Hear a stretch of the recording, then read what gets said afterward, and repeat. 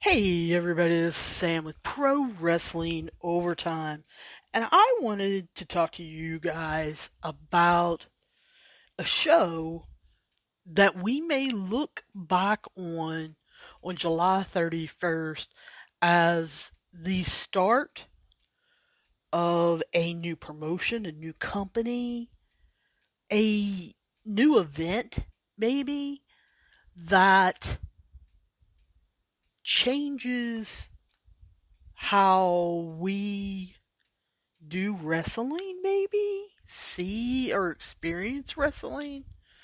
And I know a lot of you are like, what are you talking about? Well, I'm talking about last Sunday's card of Ric Flair's last match, put together by Conrad Thompson. Now, Conrad Thompson seems to be a figure that divides the wrestling community. Notice I didn't say the wrestling internet community, but the wrestling community overall as a whole. Some people believe that he takes advantage of older wrestlers who may not have saved as well as they should. That he is a collector that tries to scoop up fancy, meaningful collector's items from the past at lower prices because people don't realize what they have. They also believe that Conrad has had this big master plan to become part of the wrestling community and the wrestling business. Now, the other side is head over heels for Conrad Thompson and experiences that he provides.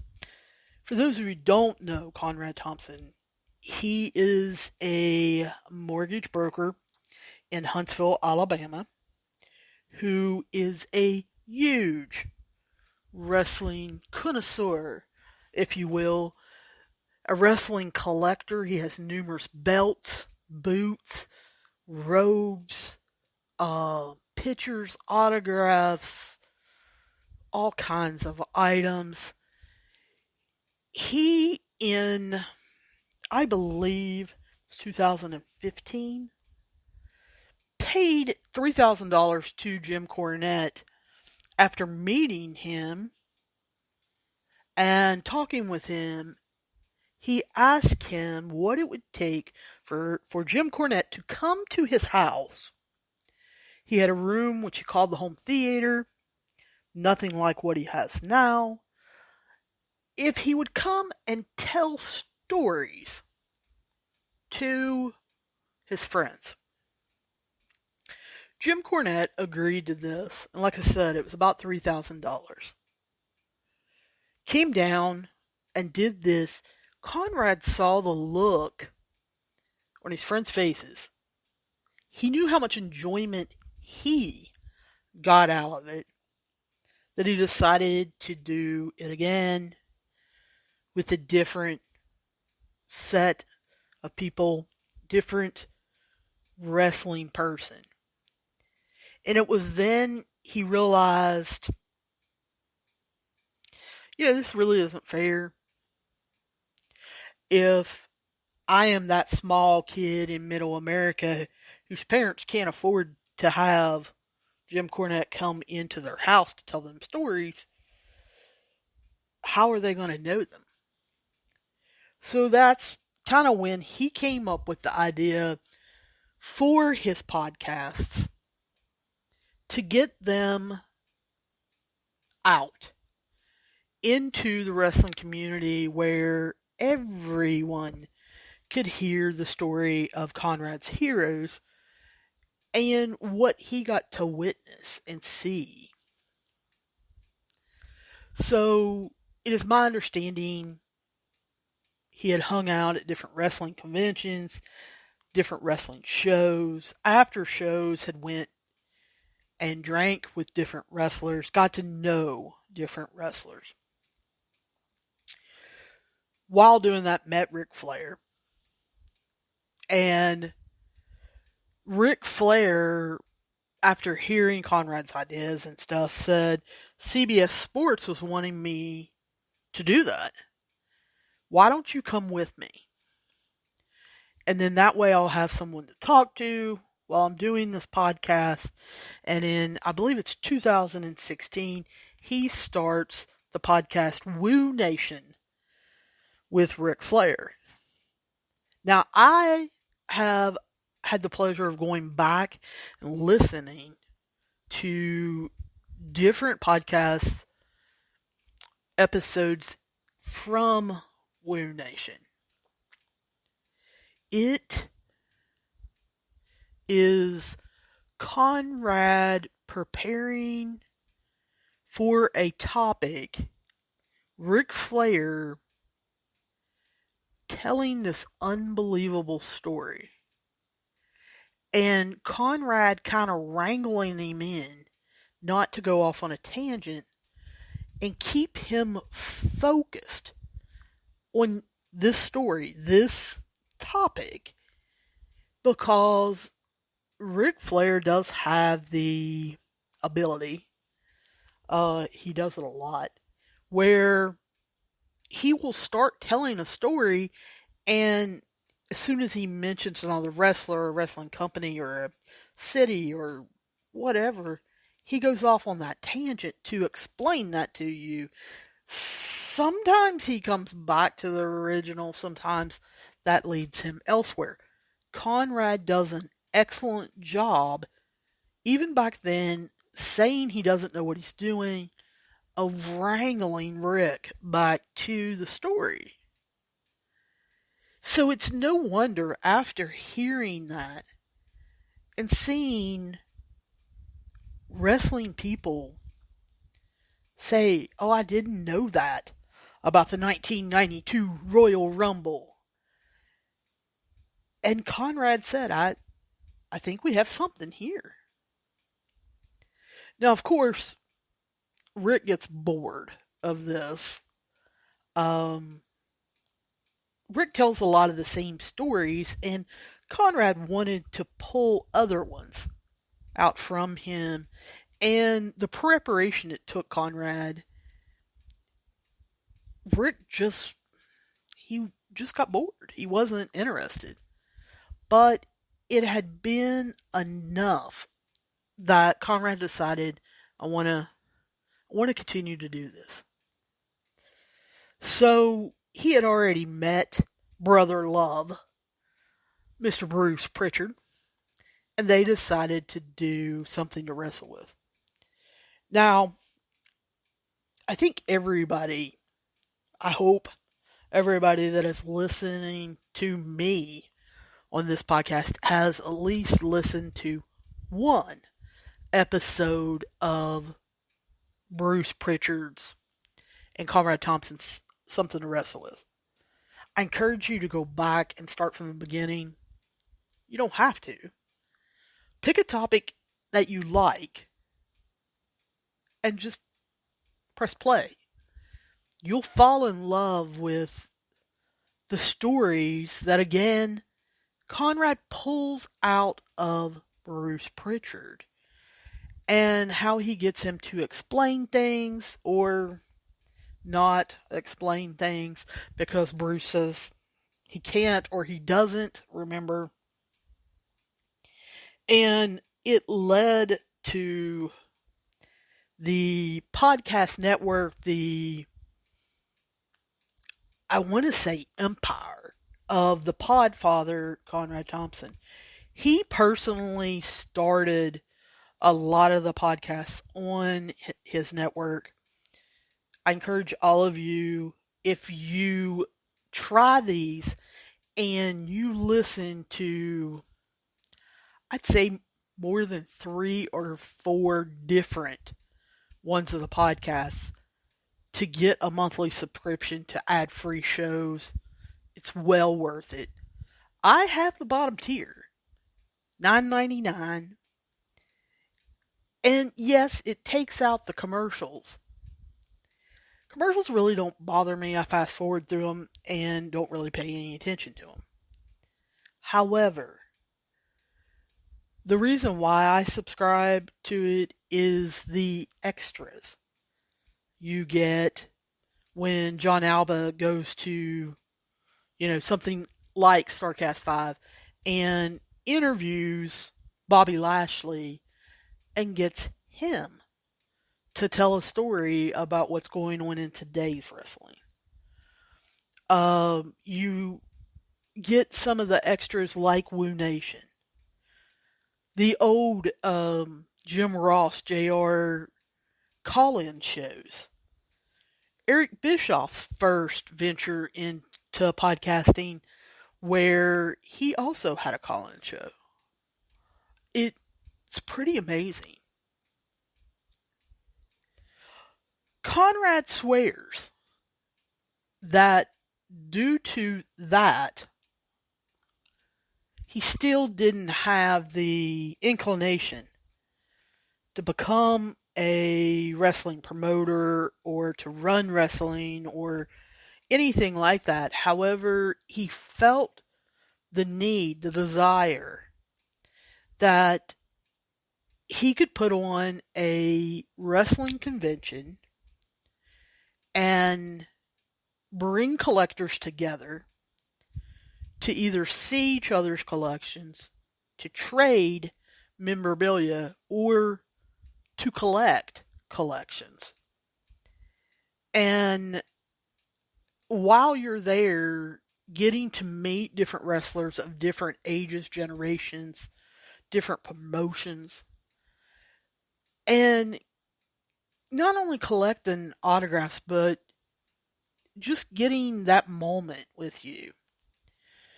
But some people also wanted to hear the stories. But they wanted to also have the different personalities interact together. So if you ever see StarCast 1, you hear it, whether it be on a podcast or you hear about it from someone, StarCast 1 showed us, I think, what panels should be. You had kind of the Monday Night Wars broken down. You had a panel about WCW versus WWE from Eric Bischoff himself, the man who ran WCW. And Vince McMahon's right-hand man, Bruce Pritchard, who was involved in the Attitude Era. And if you've never listened to that panel, you need to find the podcast of it, or you need to see, actually, StarCast 1. Watch that panel.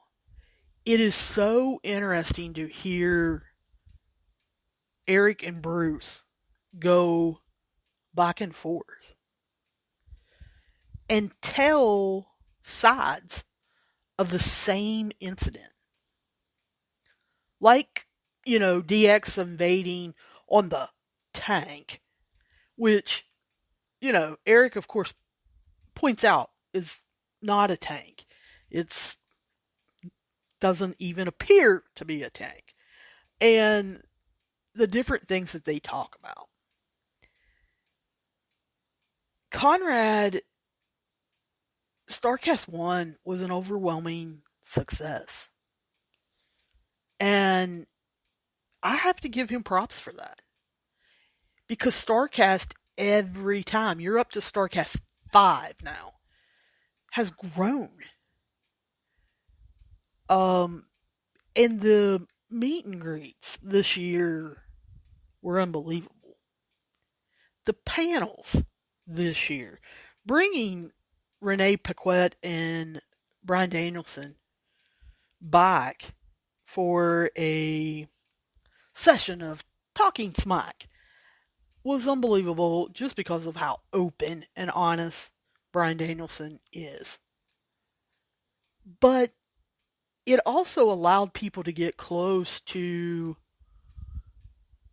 the older generation of wrestlers that don't care to still sit around and talk, to go to a bar and tell you stories. And they're more than happy to do that. I think about 2 years ago, then 2.5 years ago maybe, it wasn't when AEW was created. Conrad was around for that. He piggybacked some StarCast events off of AEW, Double or Nothing, All In, All Out. I don't think that poked at him and said, you can run your own card, you can run your own promotion. I don't think it was that. Because Tony Khan is a billionaire with a B. Vince McMahon is a billionaire with a B. Conrad Thompson is not. But he is a millionaire. And he, I think, 2.5 years ago, saw GCW and what Brett Lauderdale was able to do with Jon Moxley coming in, with other stars coming in. I think that poked at him. But the beginning of last year, I think when Conrad Thompson saw Matt Cardona, and even to a point what Jon Moxley was doing. Jon Moxley showed up last year, 2021, for WrestleMania week. He was Wednesday night in Jacksonville, and they had AEW Dynamite. He then drove to Tampa, and on, I believe it was Thursday night, showed up at a collective wrestling show and captured wrestling headlines. Friday was back in Jacksonville for a house show that they had. The House Always Rules. The House Always Wins. He drove back on Saturday, showed up at another collective event, and challenged Nick Gage to putting up the GCW championship. I think Conrad got to see that and think even little promotions, if they have the right people come in, can be profitable, but also cause a pop to happen in the wrestling community. Well, then you saw Matt Cardona kind of take over for Jon Moxley.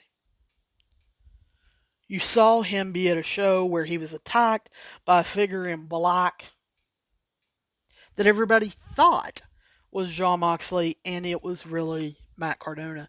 Of course, then he showed up in GCW, had the death match with Nick Gage, with the entire audience throwing bottles at him. And then he showed up in Defy, in House of Glory, in all of these littler promotions after showing up at AEW, after showing up at Impact Wrestling. He went to NWA, and watching Matt Cardona kind of weave his own story and talking to people, I think Conrad then knew money could be made. And for those of you who don't know, Conrad's father-in-law is Ric Flair. And it's widely known throughout wrestling. Most fans know it, that Ric Flair felt like he retired too early.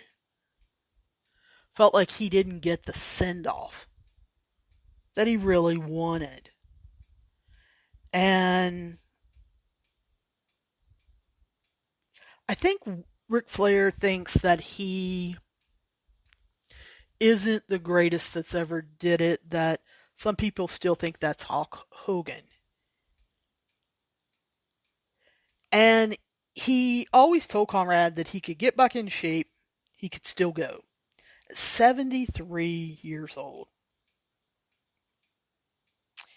I think he bothered everybody so much, especially after having his heart issues and being in the hospital, that everybody knew he was going to do one more time. And with Conrad being married to Ric Flair's daughter, who better to take care of him?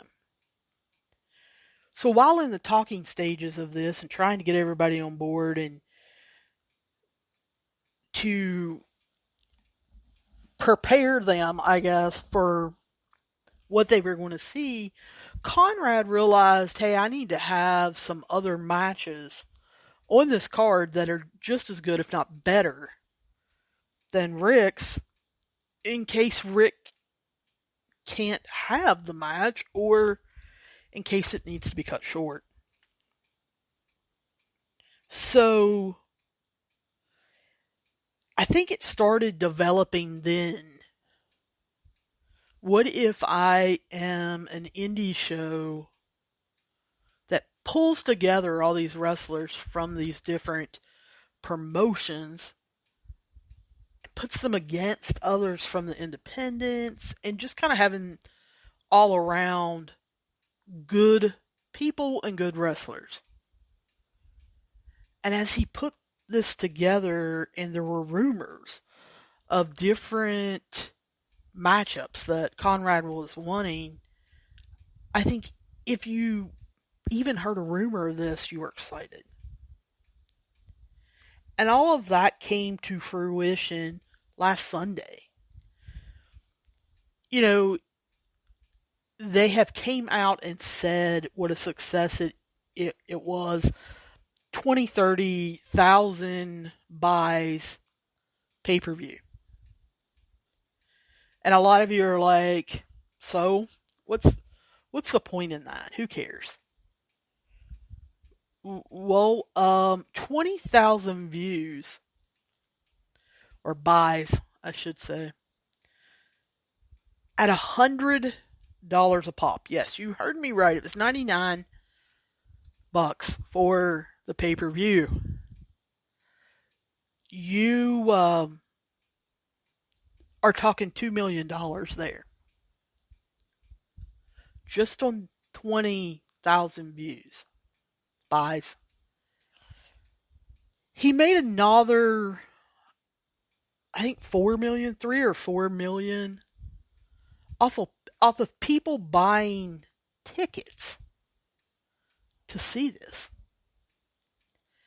And while a lot of people admitted, I don't know if I want to see Ric Flair's last match, they did want to say that they were there, but then as other matches came together, some of those rumors ended up being true. Then you realize, I'm going to see this fabulous show. After the card was announced, I was wild. I said it may be the best independent card pay-per-view of this year. Maybe the last 5 years. I don't know. But when you talk about the opening match being the Motor City Machine Guns versus the Wolves, anybody who watched wrestling like 10 years ago, 15 years ago, is drooling at that. To have Chris Sabin and Alex Shelley in front of you, more than enough. But when you add Davey Richards and Eddie Edwards, the Wolves, you've got an unbelievable match just there. Especially if you were thinking that Davey Richards may not come back. Davey Richards took a little bit of time off. He's studying to be a doctor. If during 2020 you paid attention to Alex Shelley, he ended up not wrestling most of 2020 because his job as a physical therapist and being in the medical field required him to concentrate on COVID. So he quit wrestling.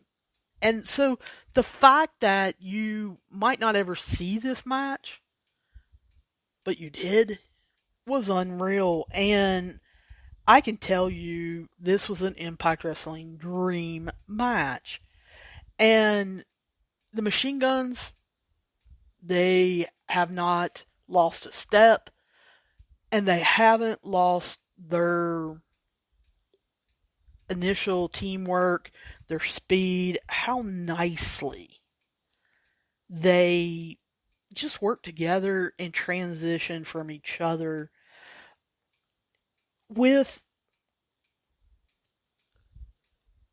Alex Shelley probably halfway through the match hit a combo DDT on both the Wolves, and then tagged Saban in, who hit a crossbody on both of them. And both of them rolled to the outside, so Chris Saban did his famous dive between Alex Shelley's legs to hit both of them. It was just like boom, boom, boom, boom, boom. The Machine Gun, they were back 10 years ago. And then you saw, all four of them in the ring at once. Eddie Edwards, he hasn't lost a step. He's been in Impact Wrestling. He's been the heart of Impact Wrestling, re-signing with them and then turning on them and having his old partner, Davey Richards, join him. Just been unreal. And so watching this match and having Motor City win, it was like the days that you really wanted to watch TNA Impact Wrestling. I do nowadays because their storylines are pretty good. I truly like them. But that wasn't the only match, because the second match pumped you higher when you saw Killer Kross come out and beat Davey Boy Smith Jr. Harry Smith has really, in 2019, 2020, and then the first, part of 2021, was lighting the world on fire. I mean, he was part of, Bloodsport 6. He took on Jon Moxley. He was part of MLW. There were rumors that NWA wanted him, that AEW wanted him, and of course, WWE wanted him. Well, they signed Harry Smith and stuck him in NXT UK, where most of us didn't see him. Then they brought him over to America to induct his father into the Hall of Fame and left him in NXT, where we never saw him. They finally fired him. Thank God. Not because I hate NXT, because you guys know I don't. Not because I didn't want him in the WWE. I did. After he signed, I was fine with it. But when they didn't use him, that's when I got excited that they fired him. Because we got to see him in this match with Killer Kross. And it was unbelievable back and forth between these two pretty evenly matched, powerful men. And that is what they showed you in the beginning, was their power. But as the match got going, you got to see their unbelievable athleticism and quickness. And Davey Boy Smith Jr. hitting Karrion Kross, Killer Kross with these uppercuts, snapping his head. You could just feel it. Of course, then you got to see Killer Kross get Davey Boy Smith Jr. in the cross jacket, and you felt him fading as he rolled Killer Kross on his back and put him in a pinning predicament that a lot of submission artists find themselves in. Keep with your submission and hope that they pass out or tap out before the 1, 2, 3. And Killer Kross had to let that go, but he kind of gathered himself and hit the quickening. And he beat Davey Boy Smith Jr. And then we all got the shock on Friday when Killer Kross came back to WWE as Karrion Kross and shocked Roman Reigns and Drew McIntyre. So Conrad got us a little preview of that. Then we had a 4-way. And I know a lot of you like saying fatal 4-ways. Whatever you want to call it, that's fine. But it had Taka Shia from New Japan Pro Wrestling, who is over here on excursion and has been in AEW lighting the world on fire. You had Alan Angels, who was a member of the Dark Order that didn't re-sign a contract with AEW and has now been showing up at Impact Wrestling. You had Jonathan Gresham, who basically is the traveler extraordinaire. After Ring of Honor shut down, Jonathan Gresham has shown up everywhere to defend the Ring of Honor World Championship that he lost to Claudio Castagnoli. And he was unbelievable in this match. But then you had the future, who is quickly turning into the now. Nick Wayne, 17-year-old out of Seattle, Washington, that if you've been watching GCW, he has been lighting you on fire for over a year now. Trained by his dad, Buddy Wayne, and these 4 men put on a show. The winner of it is going to get a shot at Progress's World Championship. And it was, at times, hard to follow. These 4 guys flying around. And I don't always mean flying as in taking off the top rope. I mean flying as they're just quick. The way this match was put together, unbelievable. You didn't, no, let me rephrase that. Sometimes you had it, but you didn't always have 2 men on the outside pretending to be tired or hurt or distracted, while 2 men are in doing their maneuvers. No, the way this was put together, you may have 2 of them in one corner and 2 of them in another corner, and they're doing their moves. They're not always uppercuts. I mean, they're slinging one person from one corner to another, sometimes double teaming. You had Alan Angels and Jonathan Gresham double teaming Takashita from AEW, Nick Wayne putting the pressure on and doing his code red that when he does it, the place erupts. You got to see Alan Angels, like I said, 24 years old, and Nick Wayne do stereo moonsaults to opposite ends of the ring from the top rope to the outside.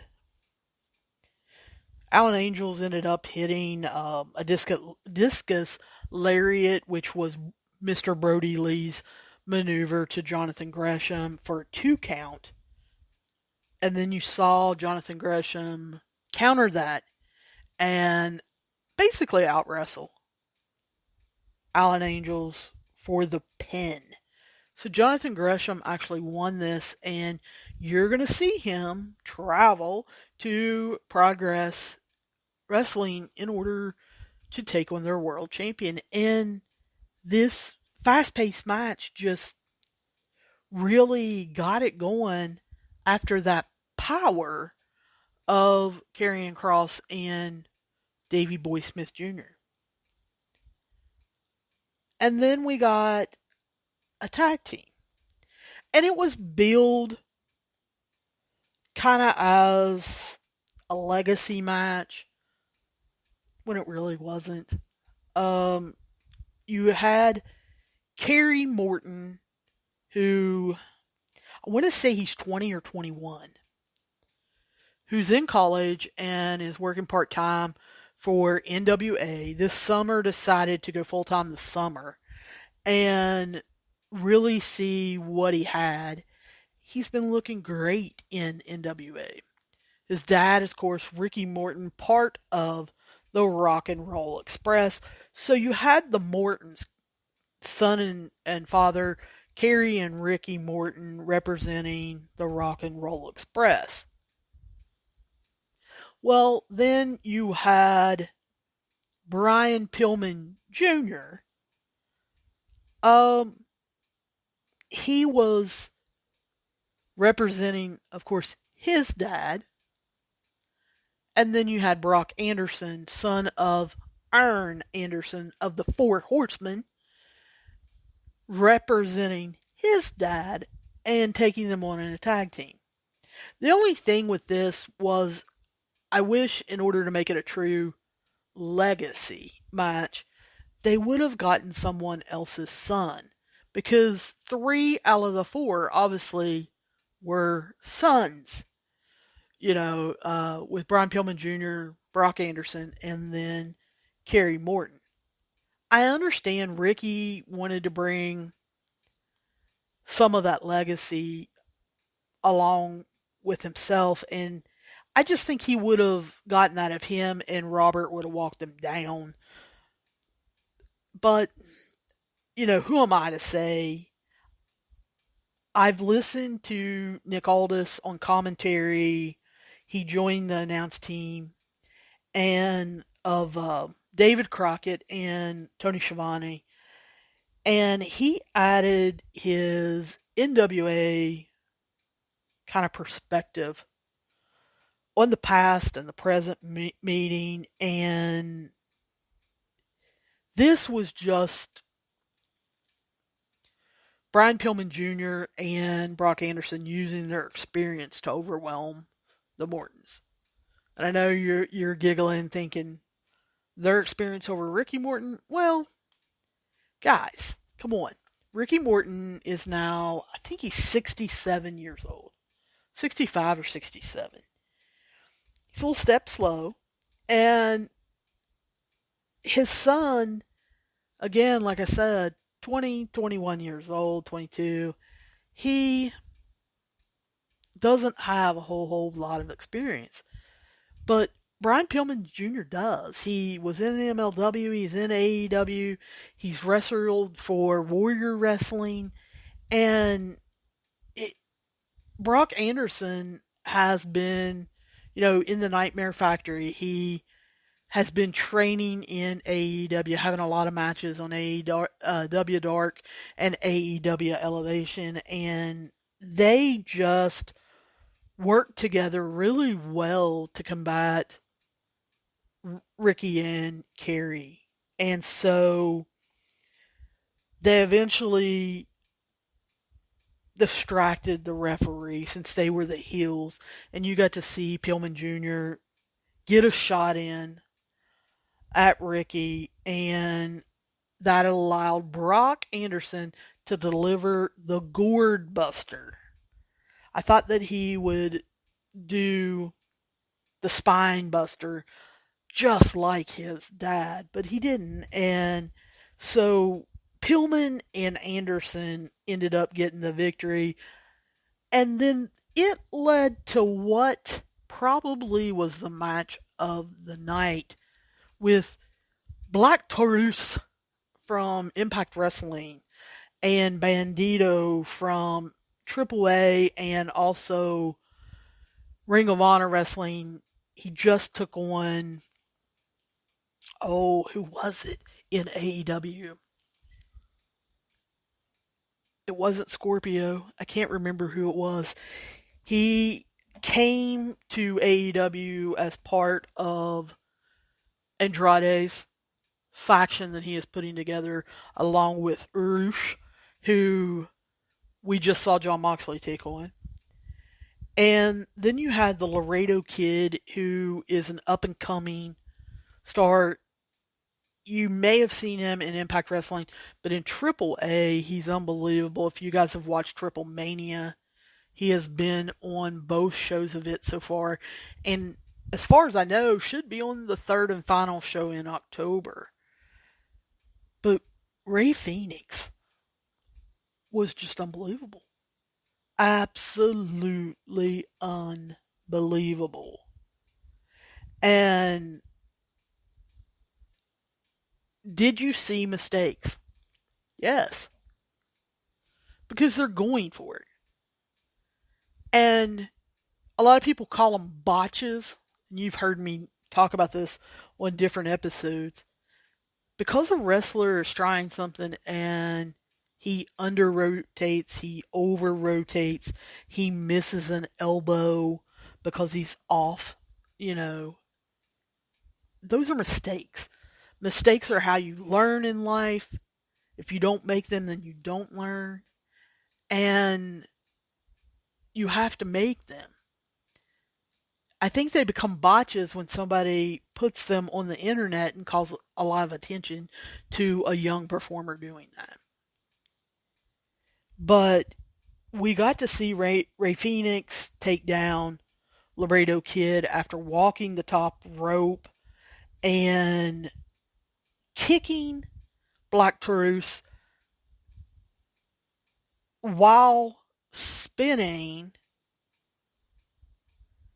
and then taking Laredo Kid out. The cutters, I think there were 3 hit during this. Absolutely unbelievable. Black Taurus, if you've never seen him in Impact Wrestling, really stout, powerful, shorter guy that really showcased his power by tossing the other 3 around the ring, basically. And he wanted to show that he could flip with the best of them. And, he took flight and hurled himself to the floor after throwing them around the ring to hit all 3 of his opponents. It was fast and furious and makes me love Lucha. Like I said, Ray Phoenix proved how big of a star he is. He got in the ring with these 3. He elevated them and then won it. He did a double stomp off the top rope. He then lifted Black Taurus to his shoulders and hit the Fear Factor. And so this was just a fun, exciting event. Then you had the Impact World Championship between Josh Alexander and Jacob Fatu. Shocking. Because Jacob Fatu is not in Impact World Wrestling. He's in MLW. He recently lost his championship to Alexander Hamilstone of the Dynasty, formerly MJF's faction.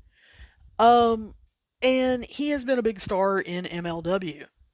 And if you don't recognize the last name, Fatu, guys, he is part of the same family. Roman Reigns, Rikishi, Yokozuna,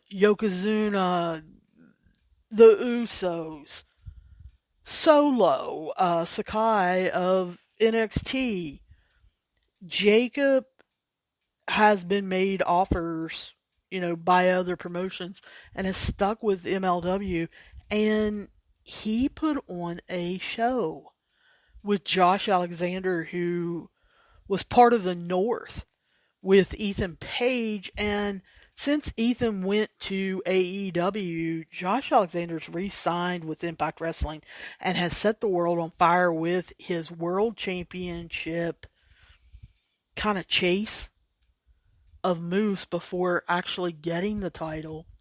And now he's defending it. He's a technical wrestler, which Jacob Fatu is kind of strongman style. And you saw at the very end of this that Jacob Fatu stunned Josh Alexander on the outside. He hit a tope con hilo and then a mighty moonsault. Threw Josh Alexander into the ring. Alexander kicked out at 2 and proceeded to counter and hit numerous German suplexes while Jacob Fatu is knocked silly, basically.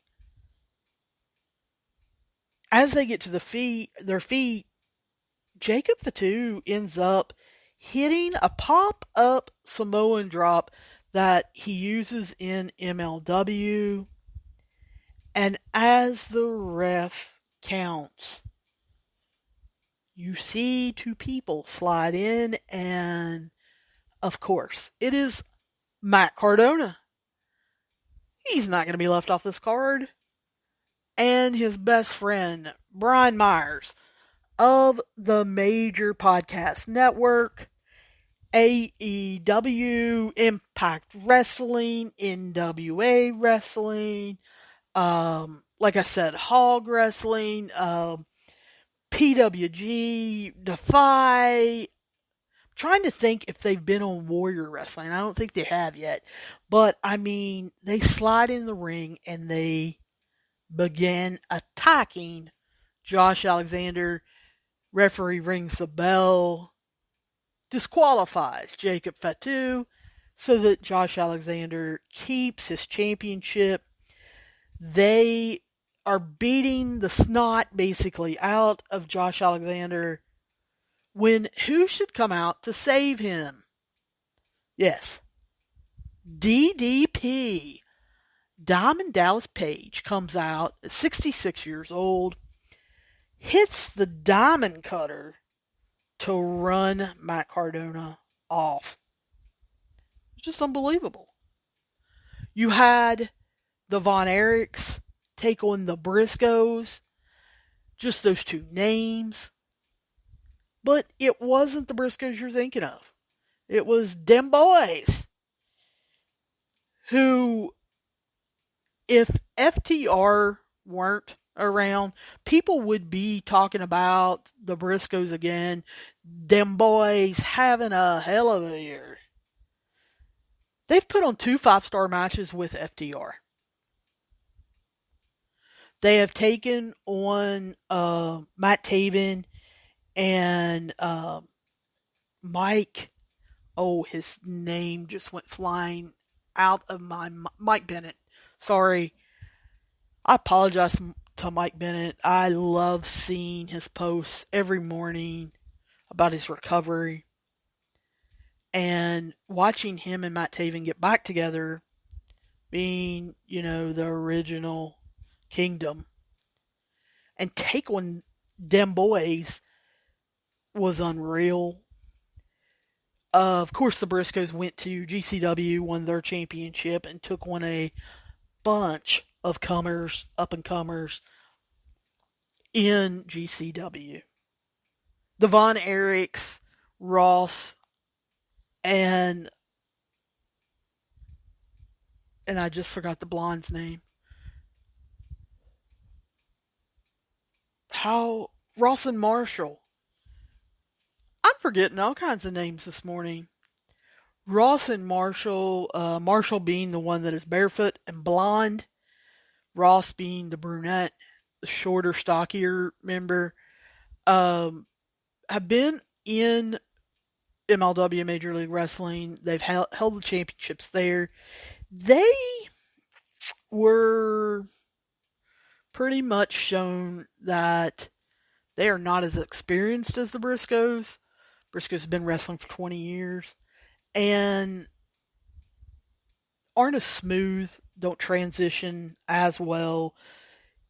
You saw Marshall put on the famous Von Erich claw, but I mean, at the end, the Briscoes got the W.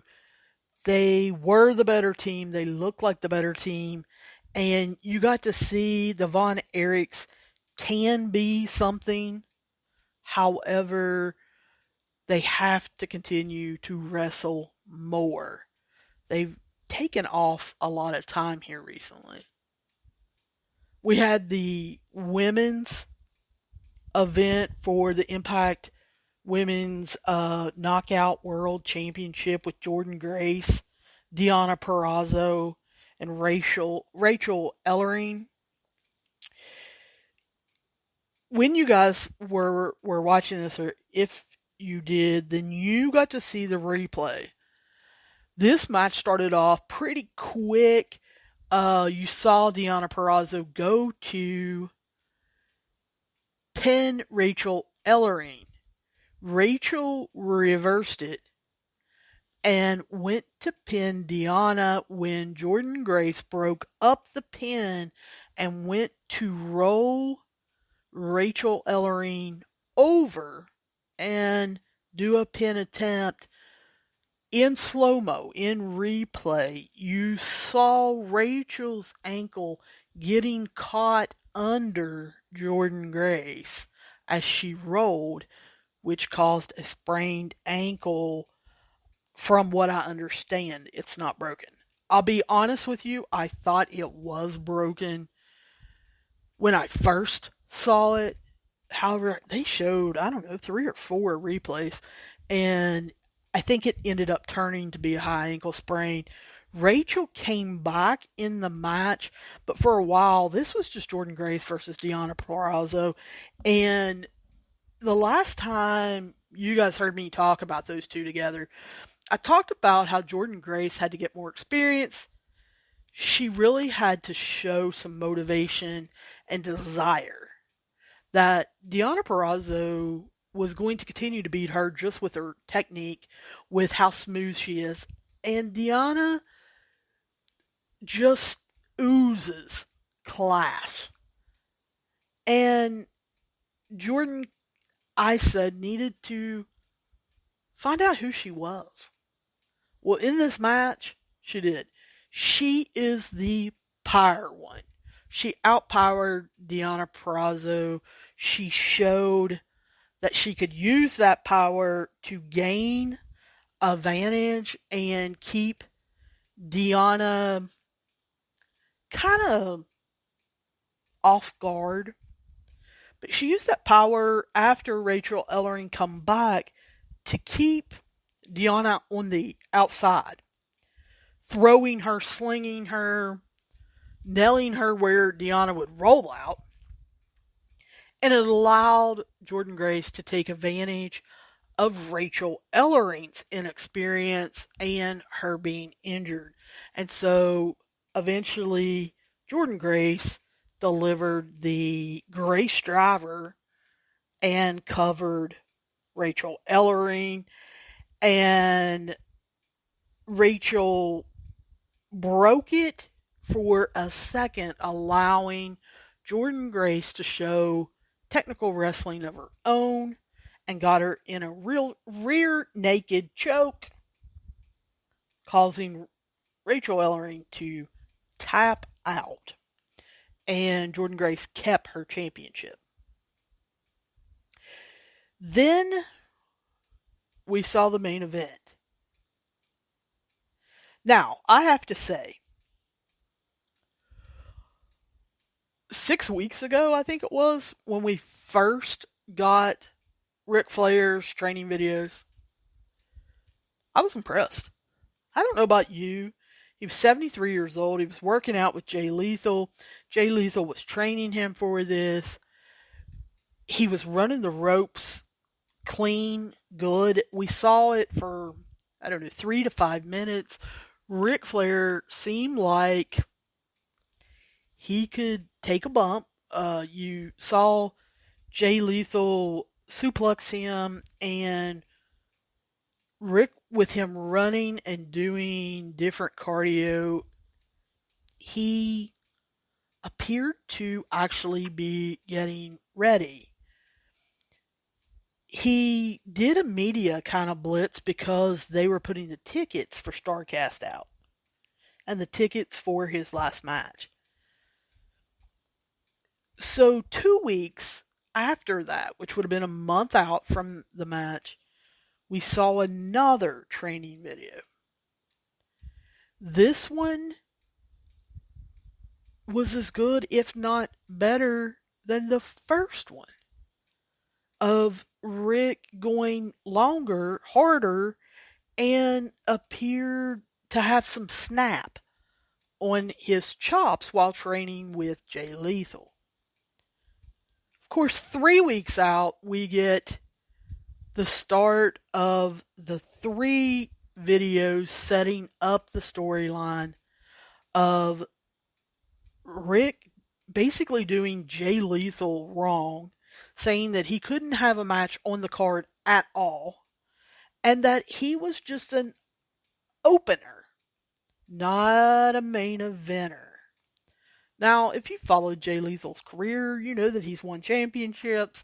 He was a big deal in Ring of Honor and has carried the Ring of Honor flag for numerous years.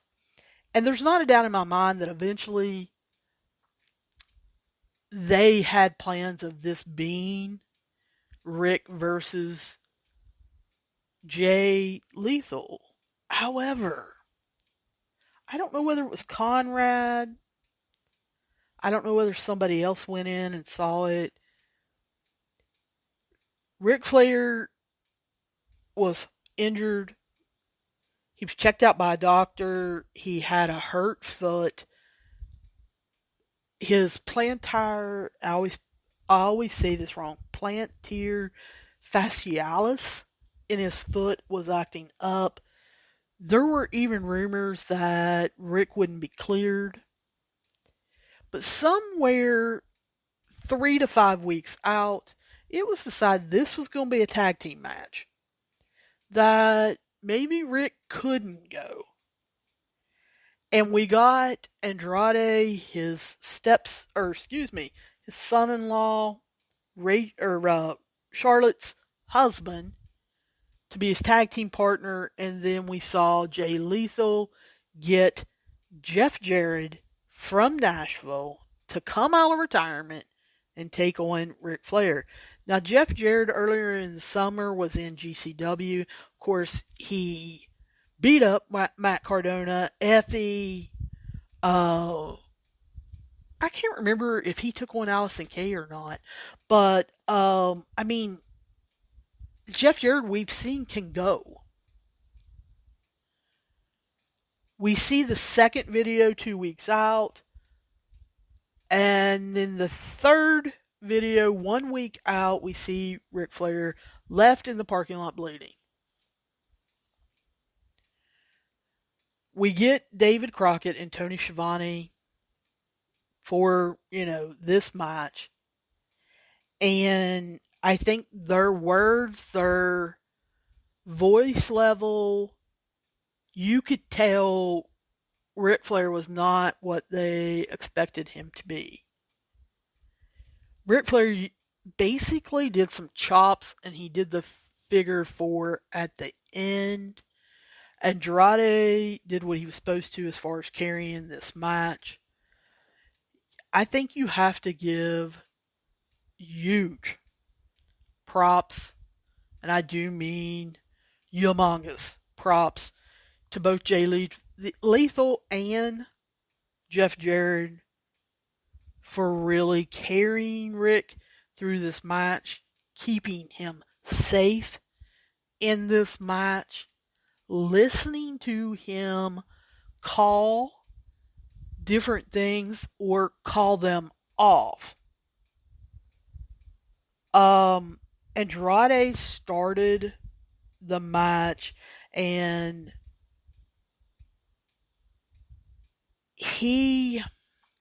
I should back up. Looks like Ric Flair versus Jeff Jarrett is going to start the match, but Jeff Jarrett quickly tags Jay Lethal in before they even lock up. Lethal gets in, which everybody, of course, is booing him because he's evil.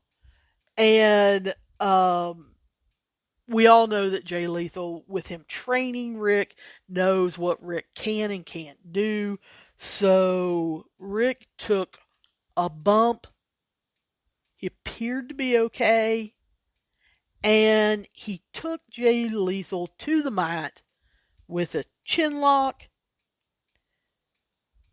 They locked up, and eventually Jay Lethal walked Flair back to that corner, and we saw Jay Lethal for the first time slap Ric Flair, and Ric Flair slapped Jay Lethal back, who begged off, wanted to call a timeout, and I think Ric Flair was supposed to get his first applause.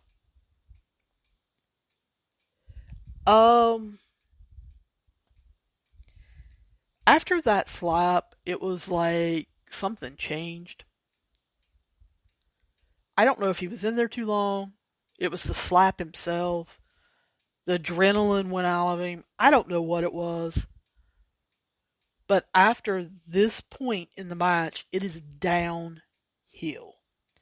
Now, of course, he tags Andrade in at this point, and it's Andrade versus Jay Lethal, and of course, they put on a show. They're the two younger men. They're the ones that everybody should have realized they were really getting in this match. But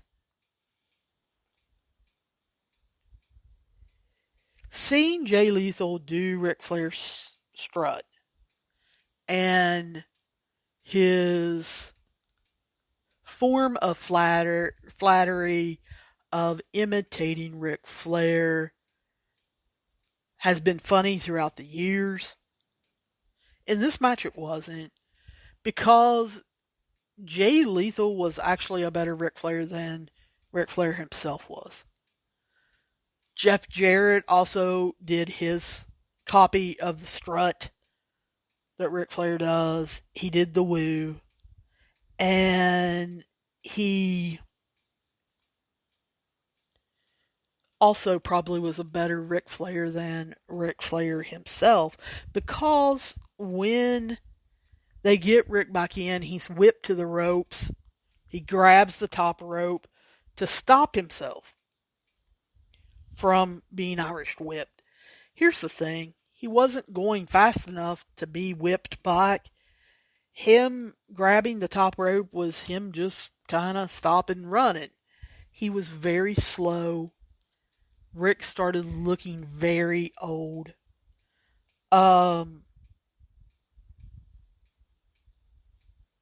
Rick did his own strut. It didn't even appear to be Rick. He did some chops to Jeff Jarrett. He did some chops to Jay Lethal. It wore him out.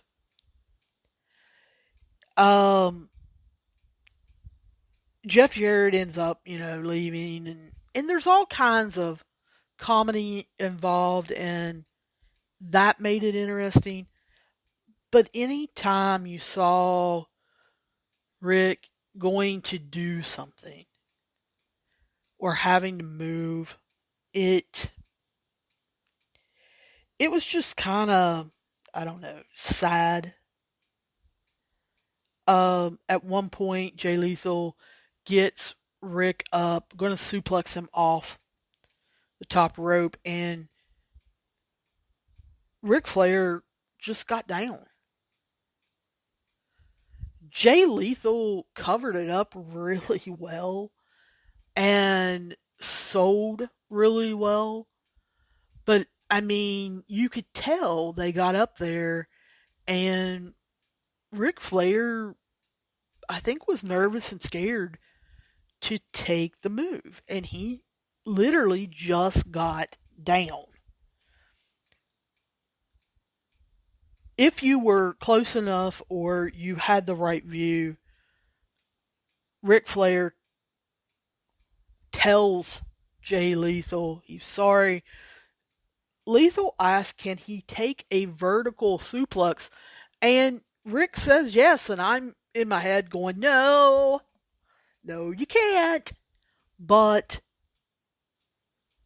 after Jay Lethal gave him that vertical suplex, you saw Ric Flair roll over to the apron, and he probably didn't move for about 3 minutes.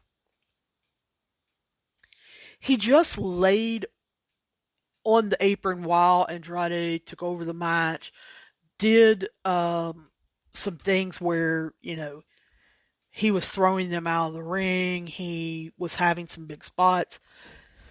What was sad to me was that no one went over and checked on Ric Flair other than the referee. And I don't even want to go on recapping. I just found it extremely sad. Megan, Conrad's wife, Ric Flair's daughter, got involved with Karen Jarrett, talking about going to kill her. Conrad got involved by throwing Andrade brass knuckles, and Andrade went to hand them to Rick, and Rick could barely get them on. He was shaking. The referee had been knocked out. We got to see Super Dave Miller, the referee, return to the ring to make the 1, 2, 3 count. Ric Flair was bleeding like a stuck pig, and he appeared to be super groggy in thanking the audience, thanking his friends, going to talk to The Undertaker, to Mick Foley. It was sad to see.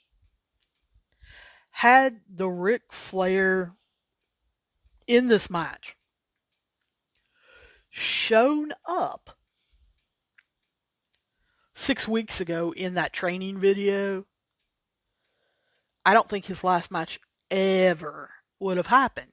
The card might have, and who knows, maybe the main event of that card would have been better than this.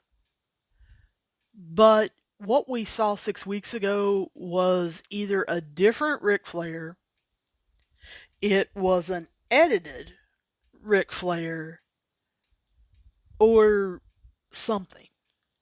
I don't know what happened in the 6 weeks between the match and that video, but something happened. I don't know whether Rick had an incident. I don't know whether Ric Flair's injury of his feet, I don't think that affected his breathing, his grogginess, his nervousness. I don't want to see Ric Flair wrestle ever again. He's 73 years old. He's wrestled for 50 years. I think he needs to call it quits. But you know Ric Flair and I know Ric Flair, and if there's money involved,